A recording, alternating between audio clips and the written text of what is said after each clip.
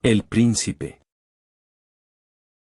Los que desean congraciarse con un príncipe suelen presentársele con aquello que reputan por más precioso entre lo que poseen, o con lo que juzgan que más ha de agradarle, de ahí que se vea que muchas veces le son regalados caballos, armas, telas de oro, piedras preciosas y parecidos adornos dignos de su grandeza. Deseando, pues, presentarme ante vuestra magnificencia con algún testimonio de mi sometimiento. No he encontrado entre lo poco que poseo nada que me sea más caro o que tanto estime como el conocimiento de las acciones de los hombres, adquirido gracias a una larga experiencia de las cosas modernas y a un incesante estudio de las antiguas. Acciones que, luego de examinar y meditar durante mucho tiempo y con gran seriedad, he encerrado en un corto volumen, que os dirijo. Y aunque juzgo esta obra indigna de vuestra magnificencia, no por eso confío menos en que sabréis aceptarla, considerando que no puedo haceros mejor regalo que poneros en condición de poder entender, en brevísimo tiempo, todo cuanto he aprendido en muchos años y a costa de tantos sinsabores y peligros. No he adornado ni hinchado esta obra con cláusulas interminables, ni con palabras ampulosas y magníficas, ni con cualesquiera atractivos o adornos extrínsecos, cual muchos suelen hacer con sus cosas, porque he querido.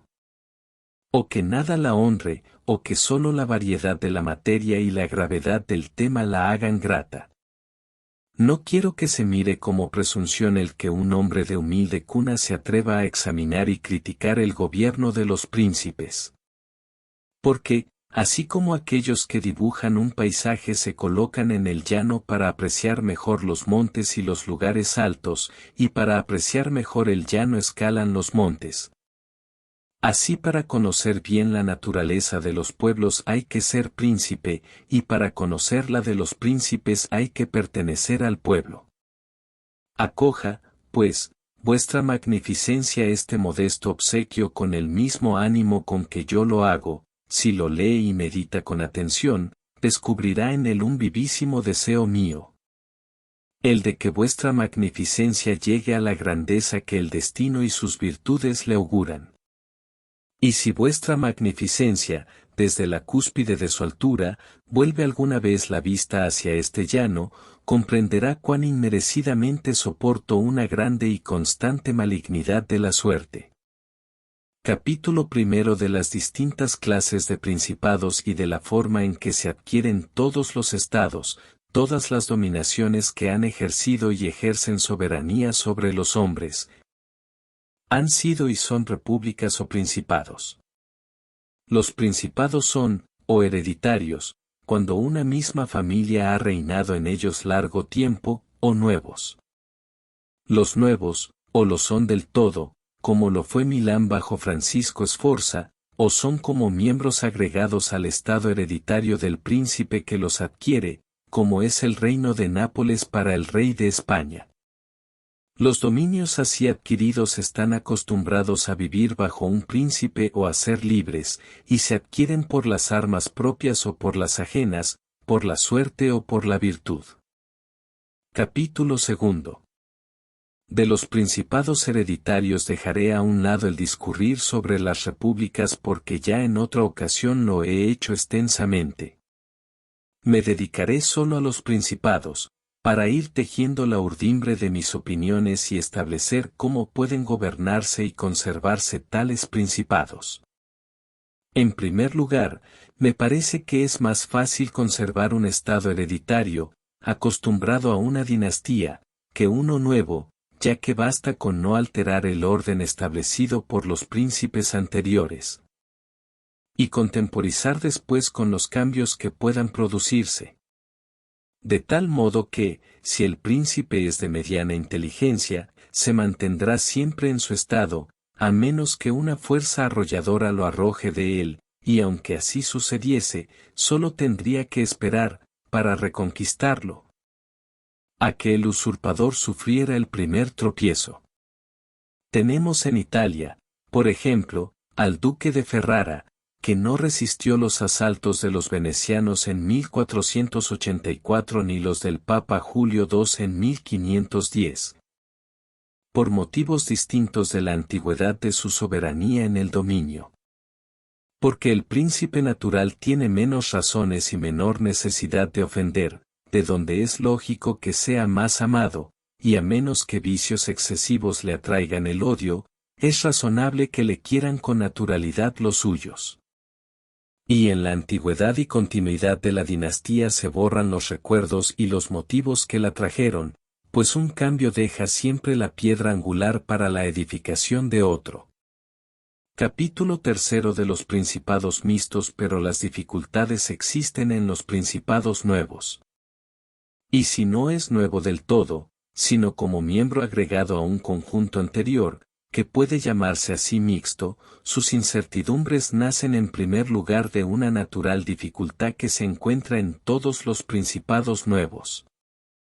Dificultad que estriba en que los hombres cambian con gusto de señor, creyendo mejorar, y esta creencia los impulsa a tomar las armas contra él, en lo cual se engañan, pues luego la experiencia les enseña que han empeorado. Esto resulta de otra necesidad natural y común que hace que el príncipe se vea obligado a ofender a sus nuevos súbditos, con tropas o con 1000 vejaciones que el acto de la conquista lleva consigo. De modo que tienes por enemigos a todos los que has ofendido al ocupar el principado, y no puedes conservar como amigos a los que te han ayudado a conquistarlo, porque no puedes satisfacerlos como ellos esperaban. Y puesto que les estás obligado, tampoco puedes emplear medicinas fuertes contra ellos, porque siempre, aunque se descanse en ejércitos poderosísimos, se tiene necesidad de la colaboración de los provincianos para entrar en una provincia. Por estas razones, Luis XII, rey de Francia, ocupó rápidamente a Milán, y rápidamente lo perdió, y bastaron la primera vez para arrebatársele las mismas fuerzas de Ludovico. Porque los pueblos que le habían abierto las puertas, al verse defraudados en las esperanzas que sobre el bien futuro habían abrigado, no podían soportar con resignación las imposiciones del nuevo príncipe. Bien es cierto que los territorios rebelados se pierden con más dificultad cuando se conquistan por segunda vez, porque el Señor, aprovechándose de la rebelión, vacila menos en asegurar su poder castigando a los delincuentes, vigilando a los sospechosos y reforzando las partes más débiles. De modo que, si para hacer perder Milán a Francia bastó la primera vez con Duque Ludovico que hiciese un poco de ruido en las fronteras, para hacérselo perder la segunda se necesitó que todo el mundo se concertase en su contra, y que sus ejércitos fuesen aniquilados y arrojados de Italia, lo cual se explica por las razones antedichas. Desde luego, Francia perdió a Milán tanto la primera como la segunda vez. Las razones generales de la primera ya han sido discurridas, quedan ahora las de la segunda. Y queda el ver los medios de que disponía o de que hubiese podido disponer alguien que se encontrara en el lugar de Luis XII para conservar la conquista mejor que él. Estos estados, que al adquirirse se agregan a uno más antiguo, o son de la misma provincia y de la misma lengua, o no lo son. Cuando lo son, es muy fácil conservarlos, sobre todo cuando no están acostumbrados a vivir libres, y para afianzarse en el poder, basta con haber borrado la línea del príncipe que los gobernaba, porque, por lo demás, y siempre que se respeten sus costumbres y las ventajas de que gozaban, los hombres permanecen sosegados, como se ha visto en el caso de Borgoña, Bretaña, Gascuña y Normandía, que están unidas a Francia desde hace tanto tiempo. Y aun cuando haya alguna diferencia de idioma, sus costumbres son parecidas y pueden convivir en buena armonía. Y quien los adquiera, si desea conservarlos, debe tener dos cuidados: primero, que la descendencia del anterior príncipe desaparezca; después, que ni sus leyes ni sus tributos sean alterados.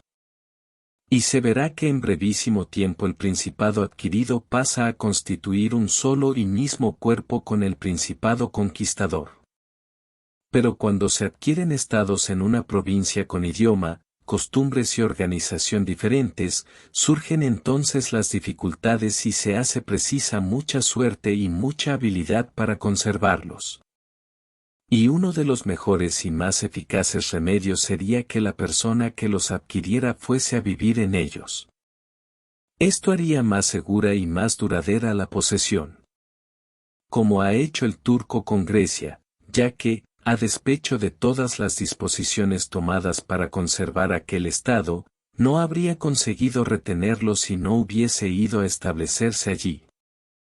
Porque, de esta manera, ven nacer los desórdenes y se los puede reprimir con prontitud, pero, residiendo en otra parte, se entera uno cuando ya son grandes y no tienen remedio. Además, los representantes del príncipe no pueden saquear la provincia, y los súbditos están más satisfechos porque pueden recurrir a él fácilmente y tienen más oportunidades para amarlo, si quieren ser buenos, y para temerlo, si quieren proceder de otra manera. Los extranjeros que desearan apoderarse del Estado tendrían más respeto, de modo que, habitando en él, solo con muchísima dificultad podrá perderlo. Otro buen remedio es mandar colonias a uno o dos lugares que sean como llaves de aquel Estado, porque es preciso hacer esto o mantener numerosas tropas. En las colonias no se gasta mucho, y con esos pocos gastos se las gobierna y conserva, y solo se perjudica a aquellos a quienes se arrebatan los campos y las casas para darlos a los nuevos habitantes, que forman una mínima parte de aquel estado. Y como los damnificados son pobres y andan dispersos, jamás pueden significar peligro, y en cuanto a los demás, como por una parte no tienen motivos para considerarse perjudicados, y por la otra temen incurrir en falta y exponerse a que les suceda lo que a los despojados, se quedan tranquilos. Concluyo que las colonias no cuestan, que son más fieles y entrañan menos peligro, y que los damnificados no pueden causar molestias, porque son pobres y están aislados, como ya he dicho. Ha de notarse, pues, que a los hombres hay que conquistarlos o eliminarlos, porque si se vengan de las ofensas leves, de las graves no pueden, así que la ofensa que se haga al hombre debe ser tal, que le resulte imposible vengarse. Si en vez de las colonias se emplea la ocupación militar, el gasto es mucho mayor, porque el mantenimiento de la guardia absorbe las rentas del Estado y la adquisición se convierte en pérdida, y, además, se perjudica e incomoda a todos con el frecuente cambio del alojamiento de las tropas. Incomodidad y perjuicio que todos sufren, y por los cuales todos se vuelven enemigos, y son enemigos que deben temerse, aun cuando permanezcan encerrados en sus casas. La ocupación militar es, pues, desde cualquier punto de vista, tan inútil como útiles son las colonias. El príncipe que anexe una provincia de costumbres, lengua y organización distintas a las de la suya, debe también convertirse en paladín y defensor de los vecinos menos poderosos. Ingeniarse para debilitar a los de mayor poderío y cuidarse de que, bajo ningún pretexto, entre en su estado un extranjero tan poderoso como él. Porque siempre sucede que el recién llegado se pone de parte de aquellos que, por ambición o por miedo, están descontentos de su gobierno, como ya se vio cuando los etolios llamaron a los romanos a Grecia. Los invasores entraron en las demás provincias llamados por sus propios habitantes. Lo que ocurre comúnmente es que, no bien un extranjero poderoso entra en una provincia, se le adhieren todos los que sienten envidia del que es más fuerte entre ellos. De modo que el extranjero no necesita gran fatiga para ganarlos a su causa, ya que enseguida y de buena gana forman un bloque con el Estado invasor. Solo tiene que preocuparse de que después sus aliados no adquieran demasiada fuerza y autoridad, cosa que puede hacer fácilmente con sus tropas, que abatirán a los poderosos y lo dejarán árbitro único de la provincia. El que, en lo que a esta parte se refiere, no gobierne bien perderá muy pronto lo que hubiere conquistado, y aun cuando lo conserve, tropezará con infinitas dificultades y obstáculos. Los romanos, en las provincias de las cuales se hicieron dueños, observaron perfectamente estas reglas. Establecieron colonias, respetaron a los menos poderosos sin aumentar su poder, avasallaron a los poderosos y no permitieron adquirir influencia en el país a los extranjeros poderosos. Y quiero que me baste lo sucedido en la provincia de Grecia como ejemplo.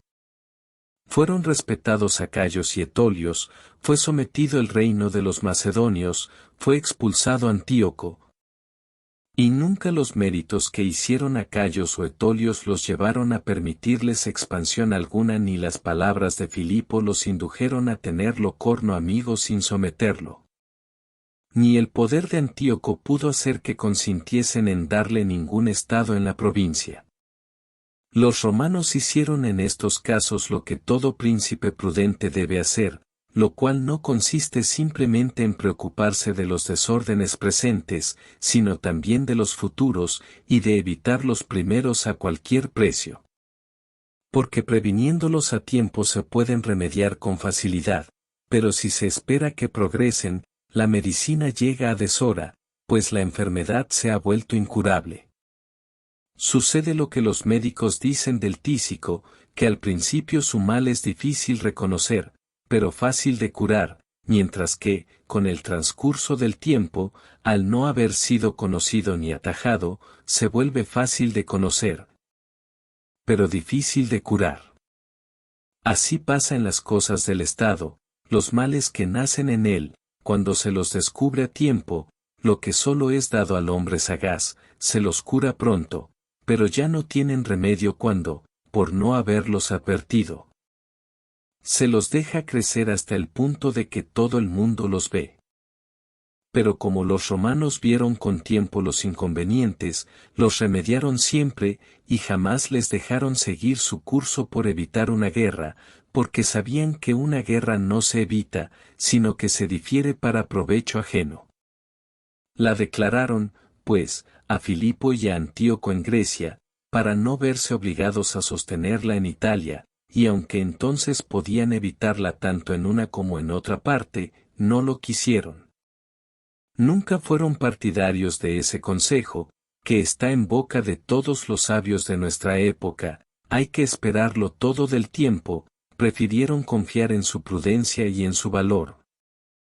No ignorando que el tiempo puede traer cualquier cosa consigo, y que puede engendrar tanto el bien como el mal, y tanto el mal como el bien. Pero volvamos a Francia y examinemos si se ha hecho algo de lo dicho.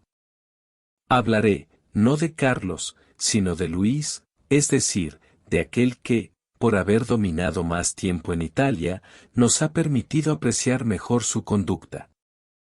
Y se verá cómo ha hecho lo contrario de lo que debe hacerse para conservar un estado de distinta nacionalidad. El rey Luis fue llevado a Italia por la ambición de los venecianos, que querían, gracias a su intervención, conquistar la mitad de Lombardía. Yo no pretendo censurar la decisión por el rey, porque si tenía el propósito de empezar a introducirse en Italia, y carecía de amigos, y todas las puertas se le cerraban a causa de los desmanes del rey Carlos, no podía menos que aceptar las amistades que se le ofrecían. Y habría triunfado en su designio si no hubiera cometido error alguno en sus medidas posteriores. Conquistada, pues, la Lombardía, el rey pronto recobró para Francia la reputación que Carlos le había hecho perder. Génova cedió, los florentinos le brindaron su amistad, el marqués de Mantua, el duque de Ferrara, los Bentivoglio, la señora de Forlì, los señores de Faenza de Pesaro, de Rimini, de Camerino y de Piombino, los luqueses, los pisanos y los sieneses, todos trataron de convertirse en sus amigos. Y entonces pudieron comprender los venecianos la temeridad de su ocurrencia. Para apoderarse de 2 ciudades de Lombardía, hicieron el rey dueño de las 2/3 partes de Italia. Considérese ahora con qué facilidad el rey podía conservar su influencia en Italia, con tal de haber observado las reglas enunciadas y defendido a sus amigos, que, por ser numerosos y débiles, y temer unos a los venecianos y otros a la Iglesia, estaban siempre necesitados de su apoyo, y por medio de ellos contener sin dificultad a los pocos enemigos grandes que quedaban. Pero pronto obró al revés en Milán, al ayudar al Papa Alejandro para que ocupase la Romaña. No advirtió de que con esta medida perdía a sus amigos y a los que se habían puesto bajo su protección, y al par que debilitaba sus propias fuerzas, engrandecía a la Iglesia, añadiendo tanto poder temporal al espiritual, que ya bastante autoridad le daba. Y cometido un primer error, hubo que seguir por el mismo camino, y para poner fin a la ambición de Alejandro e impedir que se convirtiese en señor de Toscana, se vio obligado a volver a Italia. No le bastó haber engrandecido a la Iglesia y perdido a sus amigos, sino que, para gozar tranquilo del reino de Nápoles, lo compartió con el rey de España, y donde él era antes árbitro único, puso un compañero para que los ambiciosos y descontentos de la provincia tuviesen a quien recurrir, y donde podía haber dejado a un rey tributario llamó a alguien que podía echarlo a él. El ansia de conquista es, sin duda, un sentimiento muy natural y común, y siempre que lo hagan los que pueden, antes serán alabados que censurados, pero cuando intentan hacerlo a toda costa los que no pueden, la censura es lícita. Si Francia podía, pues, con sus fuerzas apoderarse de Nápoles, debía hacerlo, y si no podía, no debía dividirlo. Si el reparto que hizo de Lombardía con los venecianos era excusable porque le permitió entrar en Italia, lo otro, que no estaba justificado por ninguna necesidad, es reprobable. Luis cometió, pues, 5 faltas, aniquiló a los débiles, aumentó el poder de un poderoso de Italia, introdujo en ella a un extranjero más poderoso aún, no se estableció en el territorio conquistado y no fundó colonias. Y, sin embargo, estas faltas, por lo menos en vida de él, podían no haber traído consecuencias desastrosas si no hubiese cometido la sexta, la de despojar de su estado a los venecianos. Porque, en vez de hacer fuerte a la Iglesia y de poner a España en Italia, era muy razonable y hasta necesario que lo sometiese, pero cometido el error, nunca debió consentir en la ruina de los venecianos. Pues poderosos como eran, habrían mantenido a los otros siempre distantes de toda acción contra Lombardía, ya porque no lo hubiesen permitido sino para ser ellos mismos los dueños.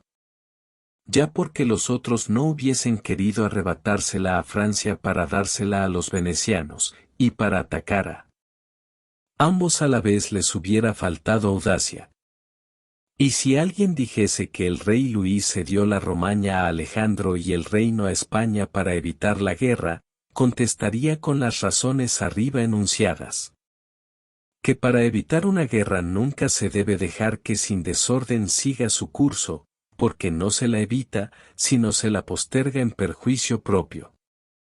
Y si otros alegasen que el rey había prometido al Papa ejecutar la empresa en su favor para obtener la disolución de su matrimonio y el capelo de Rouen, respondería con lo que más adelante se dirá acerca de la fe de los príncipes y del modo de observarla. El rey Luis ha perdido, pues, la Lombardía por no haber seguido ninguna de las normas que siguieron los que conquistaron provincias y quisieron conservarlas. No se trata de milagro alguno, sino de un hecho muy natural y lógico. Así se lo dije en Nantes al cardenal de Rouen llamado, el Valentino, como era llamado por el pueblo César Borgia, hijo del Papa Alejandro, ocupaba la Romaña. Como me dijera el cardenal de Rohan que los italianos no entendían nada de las cosas de la guerra, yo tuve que contestarle que los franceses entendían menos de las que se refieren al Estado. Porque de lo contrario no hubiesen dejado que la Iglesia adquiriese tanta influencia. Y ya se ha visto cómo, después de haber contribuido a crear la grandeza de la Iglesia y de España en Italia, Francia fue arruinada por ellas.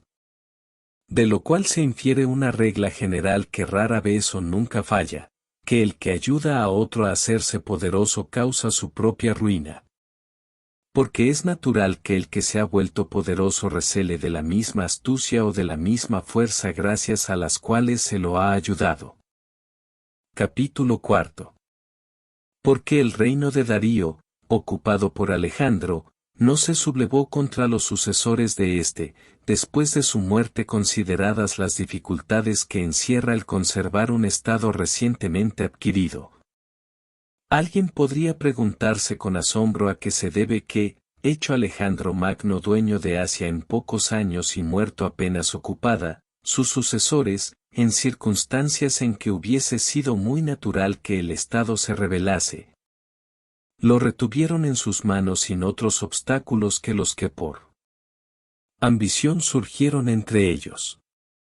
Contesto que todos los principados de que se guarda memoria han sido gobernados de dos modos distintos, o por un príncipe que elige de entre sus siervos, que lo son todos, los ministros que lo ayudarán a gobernar, o por un príncipe asistido por nobles que, no a la gracia del Señor, sino a la antigüedad de su linaje, deben la posición que ocupan.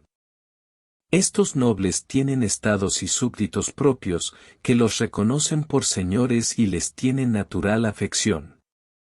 Mientras que, en los estados gobernados por un príncipe asistido por siervos, el príncipe goza de mayor autoridad, porque en toda la provincia no se reconoce soberano sino a él, y si se obedece a otro, a quien además no se tiene particular amor, solo se lo hace por tratarse de un ministro y magistrado del príncipe. Los ejemplos de estas dos clases de gobierno se hallan hoy en el turco y en el rey de Francia. Toda Turquía está gobernada por un solo señor, del cual los demás habitantes son siervos, un señor que divide su reino en zanjacados, nombra sus administradores y los cambia y reemplaza a su antojo. En cambio, el rey de Francia está rodeado por una multitud de antiguos nobles que tienen sus prerrogativas, que son reconocidos y amados por sus súbditos y que son dueños de un estado que el rey no puede arrebatarles sin exponerse.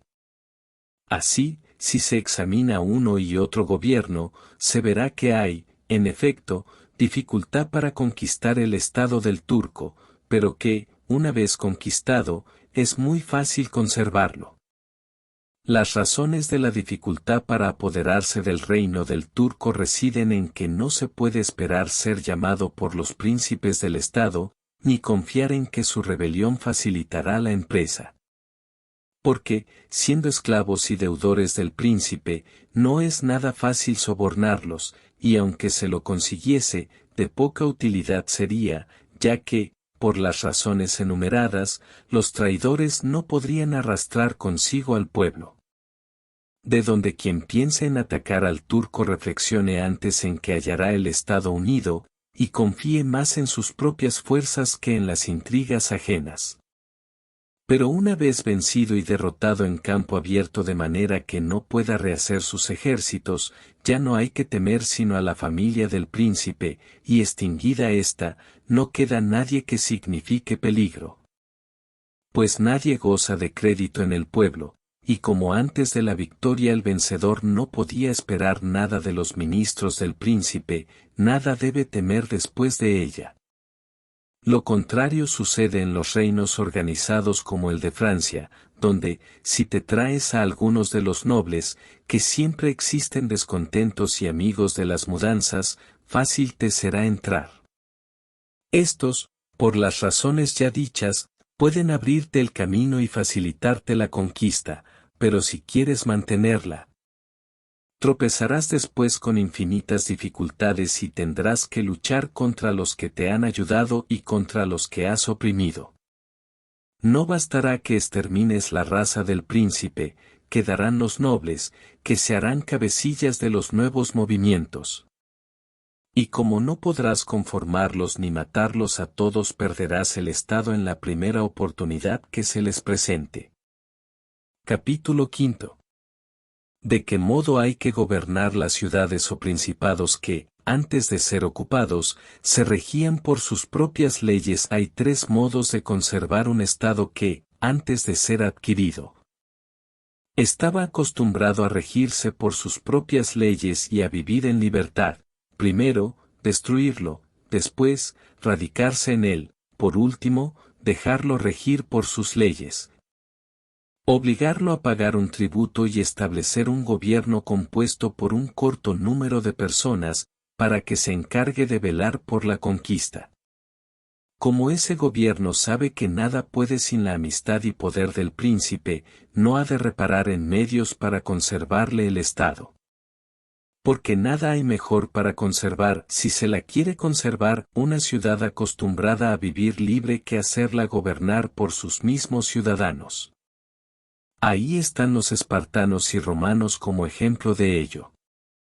Los espartanos ocuparon a Atenas y Tebas, dejaron en ambas ciudades un gobierno oligárquico, y, sin embargo, las perdieron. Los romanos, para conservar a Capua, Cartago y Numancia, las arrasaron, y no las perdieron. Quisieron conservar a Grecia como lo habían hecho los espartanos, dejándole sus leyes y su libertad, y no tuvieron éxito, de modo que se vieron obligados a destruir muchas ciudades de aquella provincia para no perderla. Porque, en verdad, el único medio seguro de dominar una ciudad acostumbrada a vivir libre es destruirla. Quien se haga dueño de una ciudad así y no la aplaste, espere a ser aplastado por ella. Sus rebeliones siempre tendrán por baluarte el nombre de libertad y sus antiguos estatutos, cuyo hábito nunca podrá hacerle perder el tiempo ni los beneficios. Por mucho que se haga y se prevea, si los habitantes no se separan ni se dispersan, nadie se olvida de aquel nombre ni de aquellos estatutos, y a ellos inmediatamente recurren en cualquier contingencia. Como hizo Pisa luego de estar un siglo bajo el yugo florentino.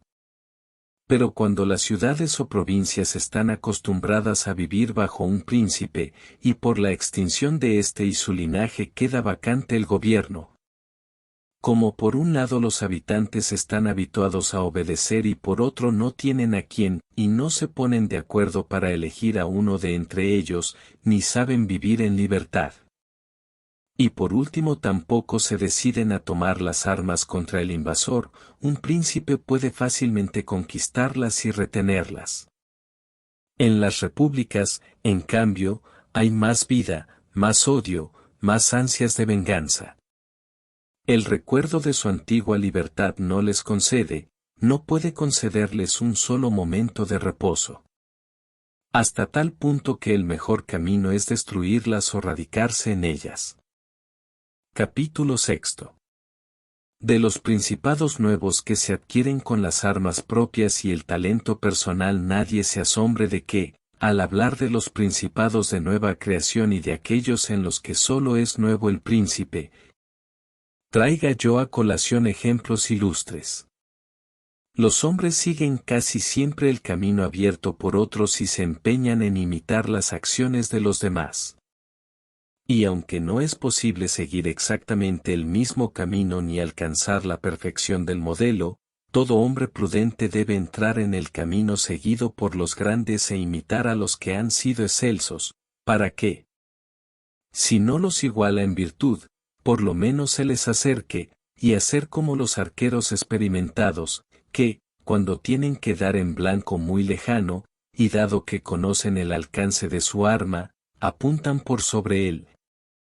No para llegar a tanta altura, sino para acertar donde se lo proponían. Con la ayuda de mira tan elevada.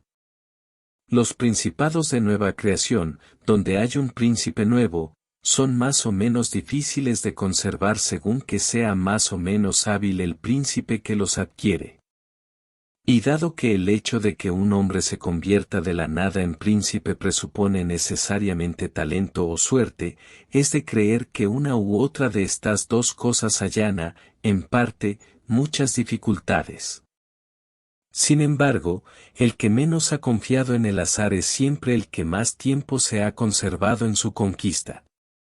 También facilita enormemente las cosas el que un príncipe, al no poseer otros estados, se vea obligado a establecerse en el que ha adquirido. Pero quiero referirme a aquellos que no se convirtieron en príncipes por el azar, sino por sus virtudes. Y digo entonces que, entre ellos, los más ilustres han sido Moisés, Ciro, Rómulo, Teseo y otros no menos grandes. Y aunque Moisés solo fue un simple agente de la voluntad de Dios, merece, sin embargo, nuestra admiración, siquiera sea por la gracia que lo hacía digno de hablar con Dios. Pero también son admirables Ciro y todos los demás que han adquirido o fundado reinos, y si juzgamos sus hechos y su gobierno, hallaremos que no deslucen ante los de Moisés, que tuvo tan gran preceptor. Y si nos detenemos a estudiar su vida y sus obras, descubriremos que no deben a la fortuna sino el haberles proporcionado la ocasión propicia, que fue el material al que ellos dieron la forma conveniente. Verdad es que, sin esa ocasión, sus méritos de nada hubieran valido, pero también es cierto que, sin sus méritos, era inútil que la ocasión se presentara. Fue necesario que Moisés hallara al pueblo de Israel esclavo y oprimido por los egipcios para que ese pueblo, ansioso de salir de su sojuzgamiento, se dispusiera a seguirlo. Se hizo menester que Rómulo no pudiese vivir en Alba y estuviera expuesto desde su nacimiento, para que llegase a ser rey de Roma y fundador de su patria. Ciro tuvo que ver a los persas descontentos de la dominación de los medas, y a los medas flojos e indolentes como consecuencia de una larga paz.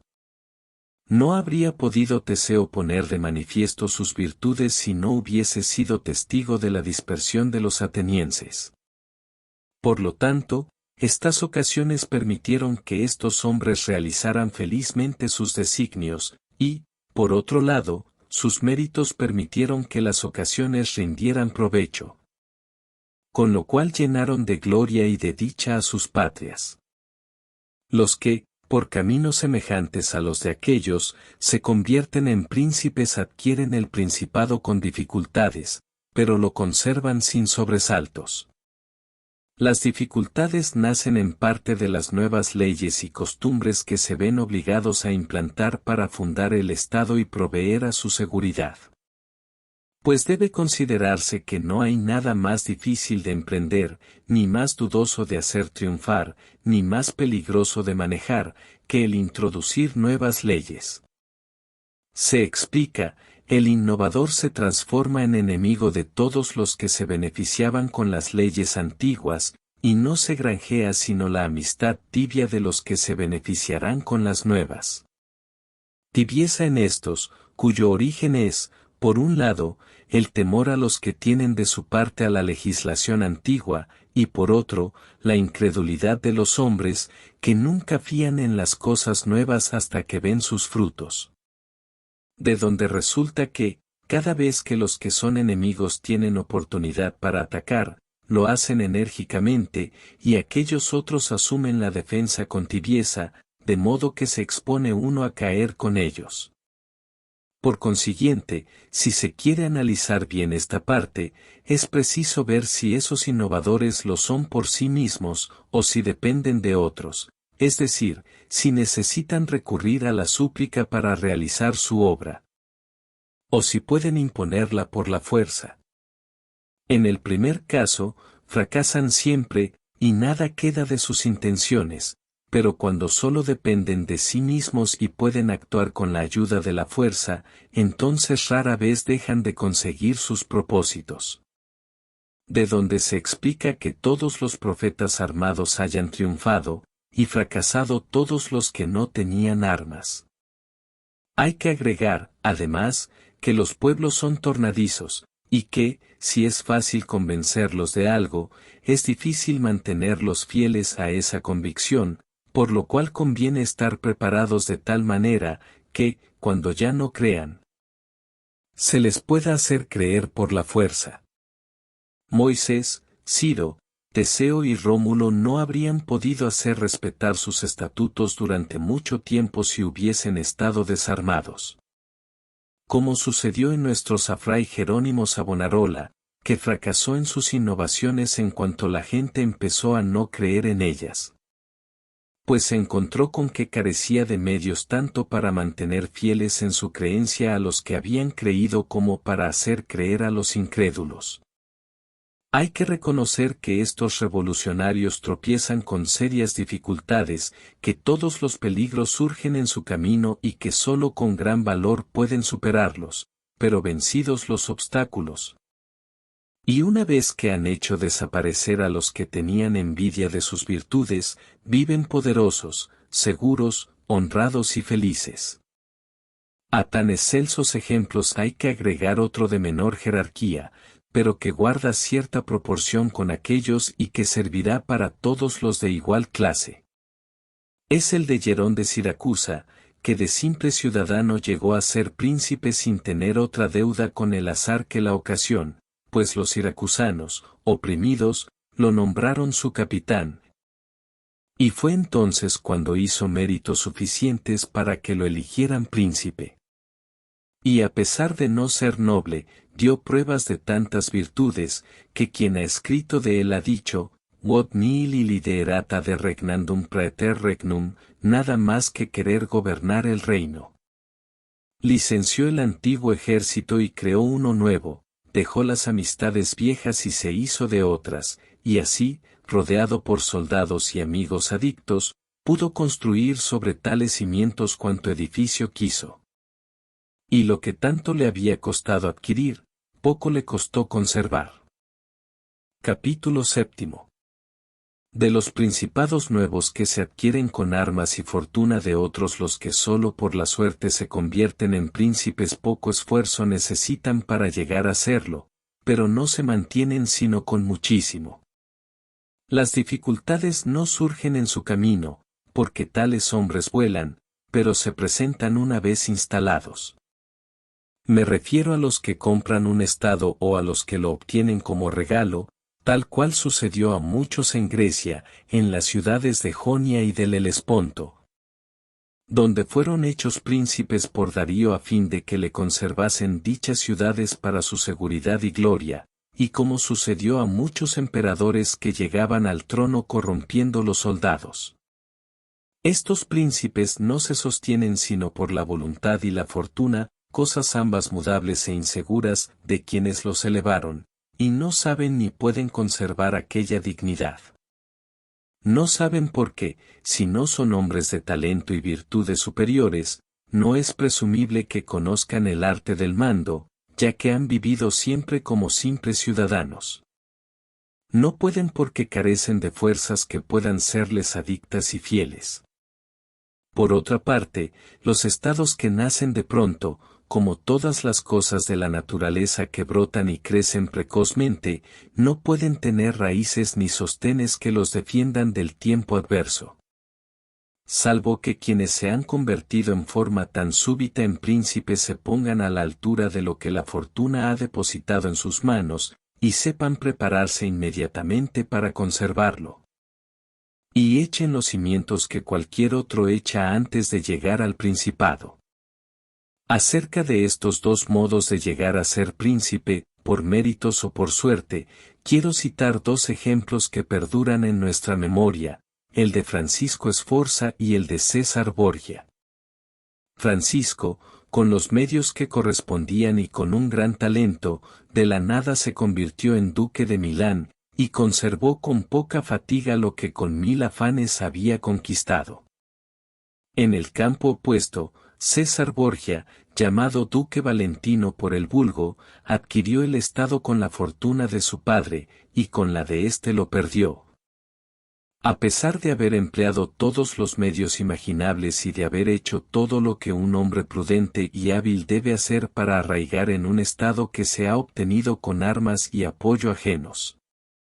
Porque, como ya he dicho, el que no coloca los cimientos con anticipación podría colocarlos luego si tiene talento, aun con riesgo de disgustar al arquitecto y de hacer peligrar el edificio. Si se examinan los progresos del duque, se verá que ya había echado las bases para su futura grandeza, y creo que no es superfluo hablar de ello. Porque no sabría qué mejores consejos dar a un príncipe nuevo que el ejemplo de las medidas tomadas por él. Que, si no le dieron el resultado apetecido, no fue culpa suya, sino producto de un extraordinario y extremado rigor de la suerte. Para hacer poderoso al duque, su hijo, tenía Alejandro que luchar contra grandes dificultades presentes y futuras. En primer lugar, no veía manera de hacerlo señor de algún estado que no fuese de la Iglesia, y sabía, por otra parte, que ni el duque de Milán ni los venecianos le consentirían que desmembrase los territorios de la Iglesia. Porque ya Faenza y Rimini estaban bajo la protección de los venecianos.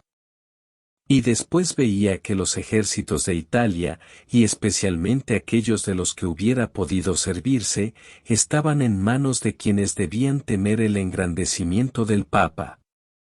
Y mal podía fiarse de tropas mandadas por los Orsini, los Colonna y sus aliados.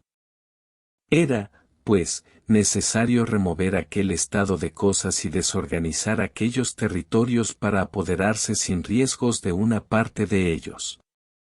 Lo que le fue fácil, porque los venecianos, movidos por otras razones, habían invitado a los franceses a volver a Italia, lo cual no solo no impidió, sino facilitó con la disolución del primer matrimonio del rey Luis.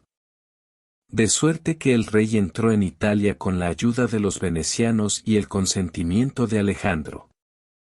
Y no había llegado aún a Milán cuando el Papa obtuvo tropas de aquel para la empresa de la Romaña, a la que nadie se opuso gracias a la autoridad del rey.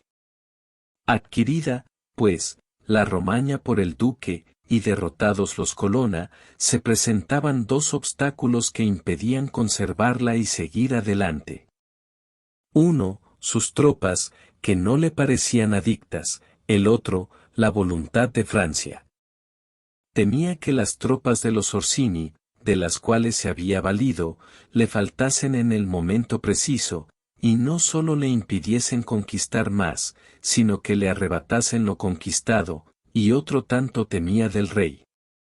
Tuvo una prueba de lo que sospechaba de los Orsini cuando, después de la toma de Faenza, asaltó a Bolonia, en cuyas circunstancias los vio batirse con frialdad. En lo que respecta al rey, descubrió sus intenciones cuando, ya dueño del ducado de Urbino, se vio obligado a renunciar a la conquista de Toscana por su intervención. Y entonces decidió no depender más de la fortuna y las armas ajenas. Lo primero que hizo fue debilitar a los Orsini y a los Colonna en Roma, ganándose a su causa a cuantos nobles les eran adictos.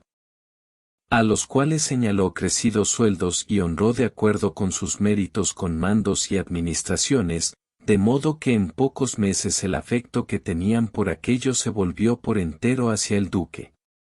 Después de lo cual, y dispersado que, hubo a los Colonna, esperó la ocasión de terminar con los Orsini. Oportunidad que se presentó bien y que él aprovechó mejor. Los Orsini, que muy tarde habían comprendido que la grandeza del duque y de la iglesia generaba su ruina, celebraron una reunión en Magione, en el territorio de Perusa, de la que nacieron la rebelión de Urbino, los tumultos de Romaña y los infinitos peligros por los cuales atravesó el duque, pero éste supo conjurar todo con la ayuda de los franceses. Y restaurada su autoridad, el duque, que no podía fiarse de los franceses ni de las demás fuerzas extranjeras, y que no se atrevía a desafiarlas, recurrió a la astucia, y supo disimular también sus propósitos. Que los Orsini, por intermedio del señor Paulo, a quien el duque colmó de favores para conquistarlo, sin escatimarle dinero, trajes ni caballos, se reconciliaron inmediatamente, hasta tal punto que su candidez los llevó a caer en sus manos en Sinigaglia. Exterminados, pues, estos jefes y convertidos los partidarios de ellos en amigos suyos, el duque tenía construidos sólidos cimientos para su poder futuro. Máxime cuando poseía toda la Romaña y el ducado de Urbino y cuando se había ganado la buena voluntad de esos pueblos, a los cuales empezaba a gustar el bienestar de su gobierno. Y porque esta parte es digna de mención y de ser imitada por otros, conviene no pasarla por alto. Cuando el duque se encontró con que la Romaña conquistada estaba bajo el mando de señores ineptos que antes despojaban a sus súbditos que los gobernaban, y que más les daban motivos de desunión que de unión, por lo cual se sucedían continuamente los robos, las riñas y toda clase de desórdenes, juzgó necesario, si se quería pacificarla y volverla dócil a la voluntad del príncipe, dotarla de un gobierno severo. Eligió para esta misión a Ramiro de Orco, hombre cruel y expeditivo, a quien dio plenos poderes. En poco tiempo impuso su autoridad, restableciendo la paz y la unión. Juzgó entonces el duque innecesaria tan excesiva autoridad, que podía hacerse odiosa, y creó en el centro de la provincia, bajo la presidencia de un hombre virtuosísimo, un tribunal civil en el cual cada ciudadano tenía su abogado. Y como sabía que los rigores pasados habían engendrado algún odio contra su persona, quiso demostrar, para aplacar la animosidad de sus súbditos y atraérselos, que, si algún acto de crueldad se había cometido, no debía a él, sino a la salvaje naturaleza del ministro. Y llegada la ocasión, una mañana lo hizo exponer en la plaza de Cesena, dividido en 2 pedazos clavados en un palo y con un cuchillo cubierto de sangre al lado. La ferocidad de semejante espectáculo dejó al pueblo a la vez satisfecho y estupefacto. Pero volvamos al punto de partida.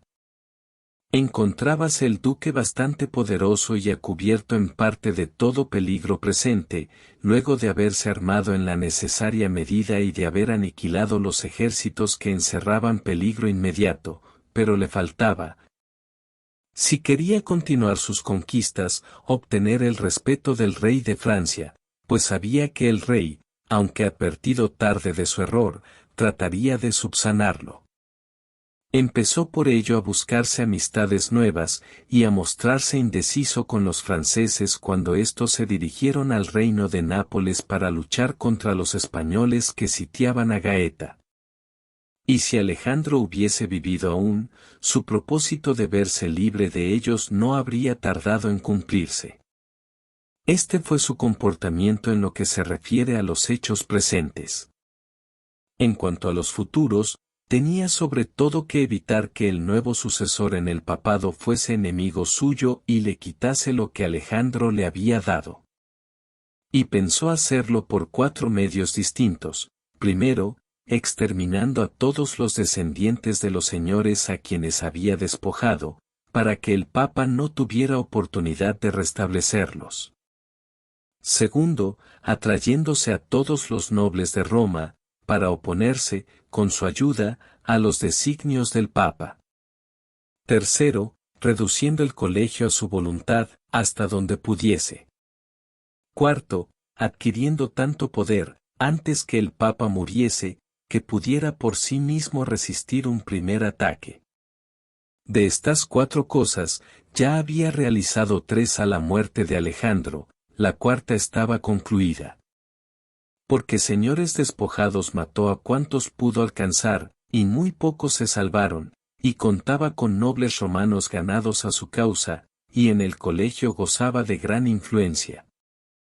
Y por lo que toca a las nuevas conquistas, tramaba apoderarse de Toscana, de la cual ya poseía a Perusa y Piombino, aparte de Pisa, que se había puesto bajo su protección. Y en cuanto no tuviese que guardar mis miramientos con los franceses, que de hecho no tenía por qué guardárselos, puesto que ya los franceses habían sido despojados del reino por los españoles, y que unos y otros necesitaban comprar su amistad, se echaría sobre Pisa. Después de lo cual Luca y Siena no tardarían en ceder, primero por odio contra los florentinos, y después por miedo al duque, y los florentinos nada podrían hacer. Si hubiese logrado esto, aunque fuera el mismo año de la muerte de Alejandro, habría adquirido tanto poder y tanta autoridad, que se hubiera sostenido por sí solo. Y no habría dependido más de la fortuna ni de las fuerzas ajenas, sino de su poder y de sus méritos. Pero Alejandro murió 5 años después de que el hijo empezara a desenvainar la espada. Lo dejaban con tan solo un estado afianzado, el de Romaña, y con todos los demás en el aire, entre dos poderosos ejércitos enemigos, y enfermo de muerte.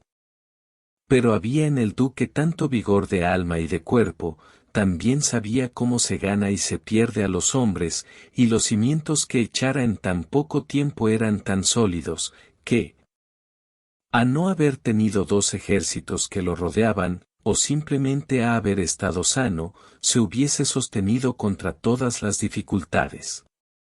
Y si los cimientos de su poder eran seguros o no, se vio enseguida, pues la Romaña lo esperó más de un mes, y, aunque estaba medio muerto, nada se intentó contra él, a pesar de que los Baglioni, los Vitelli y los Orsini habían ido allí con ese propósito, y si no hizo papa a quien quería, obtuvo por lo menos que no lo fuera quien él no quería que lo fuese. Pero todo le hubiese sido fácil a no haber estado enfermo a la muerte de Alejandro. Él mismo me dijo, el día en que elegido Julio II, que había previsto todo lo que podía suceder a la muerte de su padre, y para todo preparado remedio. Pero que nunca había pensado que en semejante circunstancia él mismo podía hallarse moribundo. No puedo, pues, censurar ninguno de los actos del duque, por el contrario, me parece que deben imitarlos todos aquellos que llegan al trono mediante la fortuna y las armas ajenas. Porque no es posible conducirse de otro modo cuando se tienen tanto valor y tanta ambición. Y si sus propósitos no se realizaron, tan solo fue por su enfermedad y por la brevedad de la vida de Alejandro. El príncipe nuevo que crea necesario defenderse de enemigos, conquistar amigos, vencer por la fuerza o por el fraude, hacerse amar o temer de los habitantes, respetar y obedecer por los soldados. Matar a los que puedan perjudicarlo, reemplazar con nuevas las leyes antiguas, ser severo y amable, magnánimo y liberal, disolver las milicias infieles, crear nuevas. Conservar la amistad de reyes y príncipes de modo que lo favorezcan de buen grado o lo ataquen con recelos, el que juzgue indispensable. Hacer todo esto, digo, no puede hallar ejemplos más recientes que los actos del duque. Solo se lo puede criticar en lo que respecta a la elección del nuevo pontífice, porque, si bien no podía hacer nombrar a un papa adicto, podía impedir que lo fuese este o aquel de los cardenales. Y nunca debió consentir en que fuera elevado al pontificado alguno de los cardenales a quienes había ofendido o de aquellos que, una vez papas, tuviesen que temerle. Pues los hombres ofenden por miedo o por odio. Aquellos a quienes había ofendido eran, entre otros, el cardenal de San Pedro, Advíncula, Colonna, San Jorge y Ascanio. Todos los demás, si llegados al solio, debían temerle, salvo el cardenal de Amboise dado su poder, que nacía del de Francia, y los españoles ligados a él por alianza y obligaciones recíprocas. Por consiguiente, el duque debía tratar ante todo de ungir papa a un español, y, a no serle posible, aceptar al cardenal de Amboise antes que el de San Pedro Advíncula. Pues se engaña quien cree que entre personas eminentes los beneficios nuevos hacen olvidar las ofensas antiguas. Se equivocó el duque en esta elección, causa última de su definitiva ruina.